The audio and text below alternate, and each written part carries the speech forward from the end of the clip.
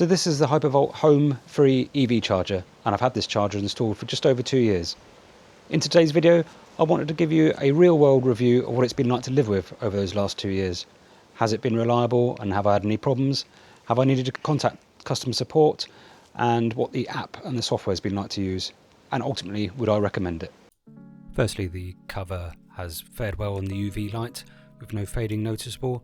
These covers come in ultra white, ultra black, or space grey and are replaceable.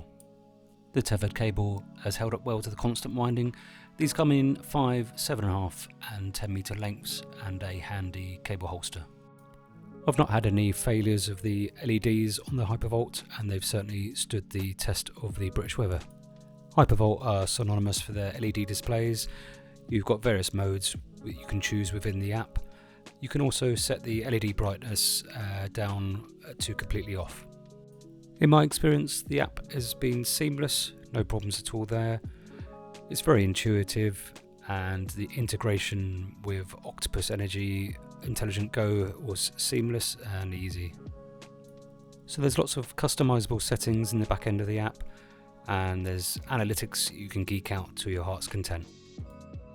So in the last 2 years, the only issue I've had is loss of internet connectivity. The Hypervolt requires a good Wi-Fi signal, and I fitted a Wi-Fi extender in my garage. However, periodically it still loses its connection. However, there is the option to hardwire to your local LAN. So after use of over 2 years, would I recommend Hypervolt Free? The simple answer is yes. And just to state, this video isn't sponsored by Hypervolt, and I have no affiliation with Hypervolt. This was brought with my own money, but I would certainly recommend this as a home EV charger. The ease of use and the overall reliability, I can certainly recommend Hypervolt. For the functionality and the integration with smart electric tariffs is an absolute game changer for EV owners.